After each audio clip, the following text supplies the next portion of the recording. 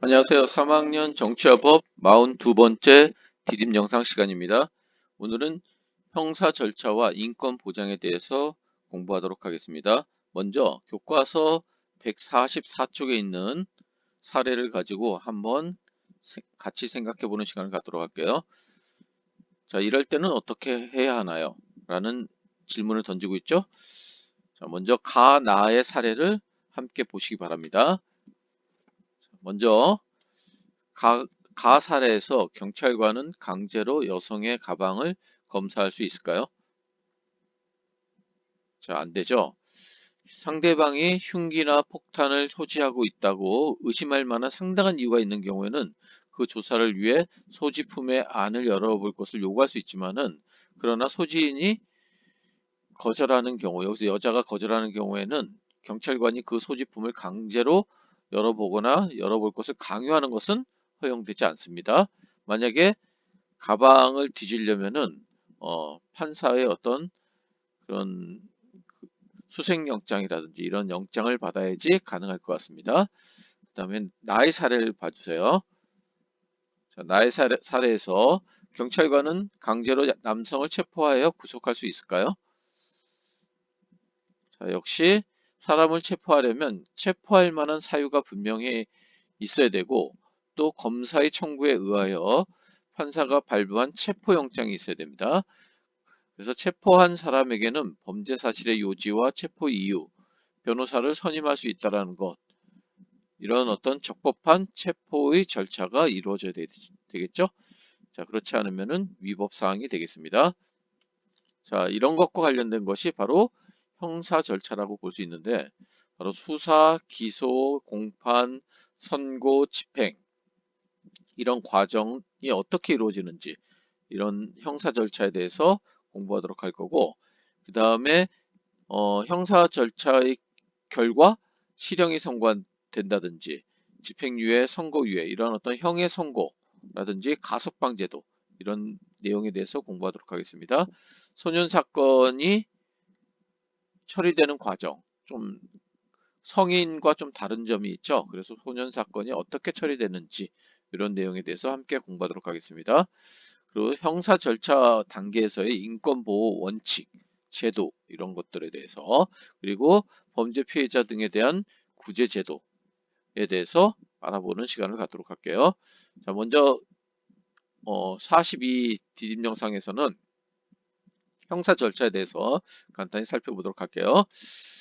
자, 형사 절차의 이해, 이렇게 되어 있는데, 형사 절차가 어떤 흐름을 가지고 이루어지는지, 먼저 형사 절차의 의미를 보면, 국가가 수사와 재판을 통해 범죄 사실과 범죄자에 관한 사건의 실체적 진실을 밝혀내어서 형벌이나 또는 보안 처분을 부과하고 형을 집행하기 위해서 거쳐야 하는 절차를 얘기하는 겁니다. 그래서 수사, 재판, 그리고 형의 집행, 이런 내용을 포함하는 것이 바로 형사 절차라고 할 수 있겠죠. 그래서 형사 절차의 특징은, 형사 사건은 당사자의 요청이 없어도 국가가 개입하여, 여기서는 뭐 사법경찰관이라든지 검사라든지 이런 국가가 개입하여 문제를 해결하며 그 과정에서 인권 보호가 필요하다라고 얘기하고 있네요. 그 다음에 형사 절차의 흐름을 보면은, 먼저 수사가 이루어지겠죠. 그 수사 결과에 따라서 공판, 재판이 열리고, 그리고 그 재판 결과에 따라서 형의 집행이 이루어지겠죠. 그래서 수사에서 공판으로 이어지는 요 과정을 바로 기소라는 단계를 통해서 이루어지는 거죠. 그리고 공판에서 형이 집행되기 위해서는 선고라는 절차를 거쳐야 되겠죠. 자, 이런 내용 흐름을 알아주시면 되겠고, 자, 공판이라는 것은 형사재판에서 피고인에 대하여 유무죄를 가리고 유죄로 인정되는 경우에 형벌을 부과하는데, 이러한 형사재판을 공판이라고 합니다. 자, 공판이란 말은 형사재판에서만 쓰는 말이라는 걸 기억해 주시면 되겠네요. 자, 그러면은 형사 절차에 따라 범인의 명칭도 달라진다, 이렇게 되어 있는데, 자, 형사 사건이 발생했을 때 범인으로 그냥 좀 의심이 갈 정도, 그런 사람들은 용의자라고 하고, 본격적으로 수사가 개시되면은 그 범인은 피의자가 되죠. 피의자가 되고 피의자의 범죄 혐의가 인정돼서 검사가 공소제기, 재판을 걸면은 형사재판에 회부되면 바로 피고인 신분이 되는 거죠. 피고인 신분. 그리고 마지막으로 재판 결과 형이 확정되면 수용자로서 어떤 형의 집행을 받게 되는 거가 되겠죠. 자, 이런 어떤 형사 절차에 따라서 범인의 명칭도 달라진다는 것을 알고 있으면 되겠습니다. 그 다음에 형사 절차 2에 이렇게 돼 있는데 범인을 찾고 증거를 수집하는 활동을 수사라고 하는 거죠. 그래서 수사의 원칙은 피의자를 체포 구속하지 않고 수사하는 것이 원칙입니다. 이거를 우리가 불구속 수사 원칙이라고 얘기하는 거죠. 그렇지만 예외적으로 필요한 경우에는 판사로부터 영장을 발부받아서 체포 구속이 가능합니다. 그리고 범죄가 무겁고 긴급한 사정이 있어서 판사의 영장을 발부받을 시간적 여유가 없을 때는 그 이유를 알리고 피의자를 영장 없이 체포할 수 있는데 이거를 긴급체포라고 합니다. 긴급체포. 그 다음에 수사의 대상이 되는 사람을 뭐라고 할까요? 그쵸? 피의자라고 하죠. 피의자. 자, 그 다음에 수사 절차를 구체적으로 보면은 자, 이번에 올해 들어서 형사소송법이 바뀌게 됐죠. 그래서 여기 바뀐 내용이 여기 이렇게 있습니다. 이 내용이 새롭게 바뀐 내용이라고 볼 수 있습니다. 이 내용을 잘 정리하는 필요가 있겠네요.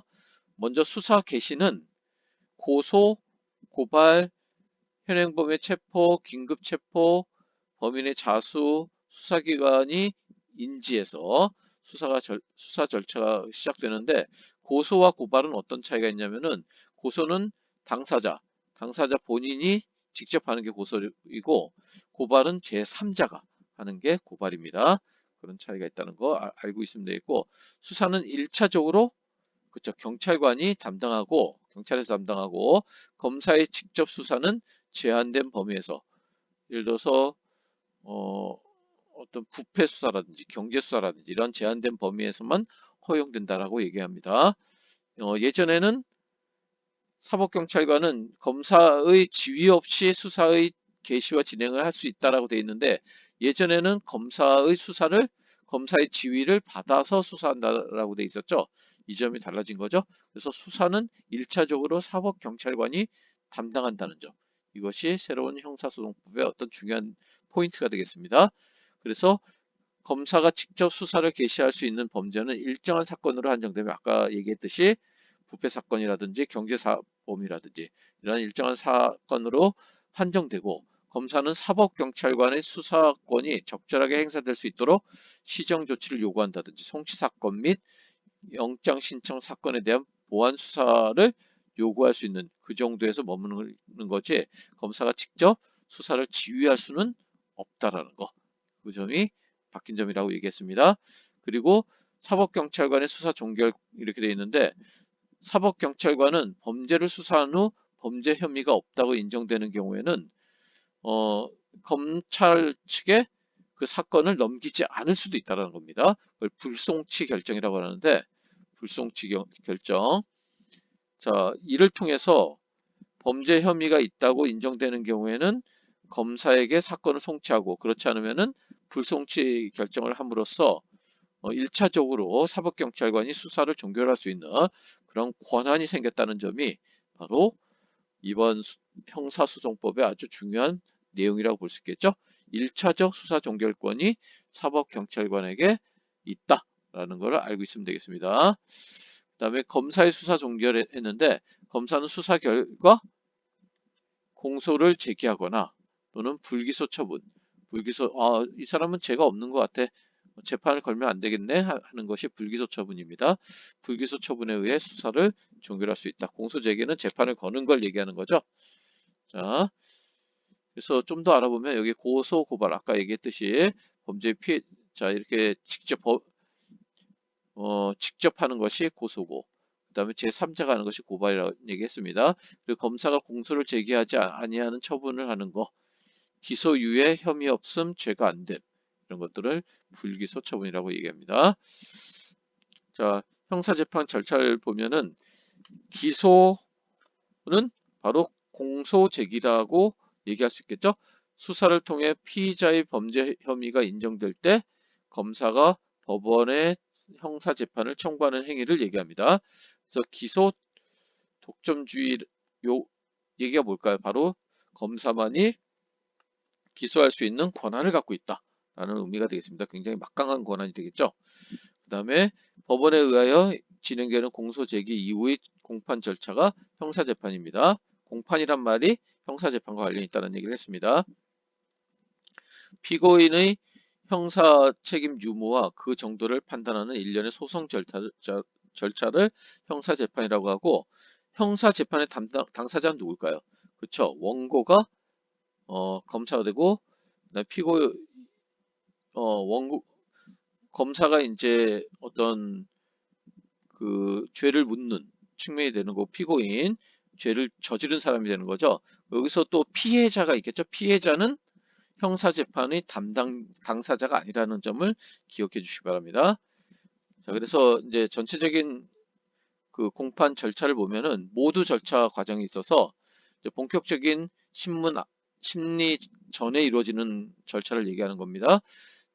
재판정이 판사가 피고인에게 진술 거부권이 있다라는 사실을 얘기해주고, 이 진술 거부권은 수사 단계에서도 진술 거부권이 있다는 사실을 알려주죠. 그리고 인정신문, 피고인의 연령이라든지 성명 등을 물어본 본인을 확인하고, 검사의 모두 진술, 그리고 피고인의 모두 진술, 그리고 쟁점 정리 및 증거관계 진술, 이런 것들이 이루어지고, 그리고 심리 절차를 통해서 증거 조사가 이루어지게 되겠죠. 그래서 재판에 증거로 제출할 서류나 물건을 제출하게 되고, 피고인과 증인에 대한 신문 및 변론이 이루어지고, 검사가 최종적으로 어떻게 할까요? 이 사람은 어떤 죄를 졌으니까 어느 정도의 처벌을 받아야 된다라고 얘기하겠죠. 그거를 구형이라고 합니다. 이 구형이 이루어진 것이 완전히 여기서 최종적인 어떤 심리가 끝나는 게 아니죠. 검사의 의견을 진술할 뿐이라는 걸 기억해 주시기 바랍니다. 그리고 피고인과 변호인의 최후 진술 이후에 판사가 판결을 하게 되는 거죠. 판사의 선고가 있고, 그 심리 결과 유죄로 인정할 만한 증거가 없으면 무죄 판결을 내리고, 유죄가 입증되면 유죄 판결을 내리는 거가 되겠죠. 그래서 1심 또는 2심 판결에 불복할 경우에는 검사도 상수할 수 있고 피고인도 상수할 수 있다는 점, 그 점을 기억해 주시기 바랍니다. 자, 이상 마치겠습니다.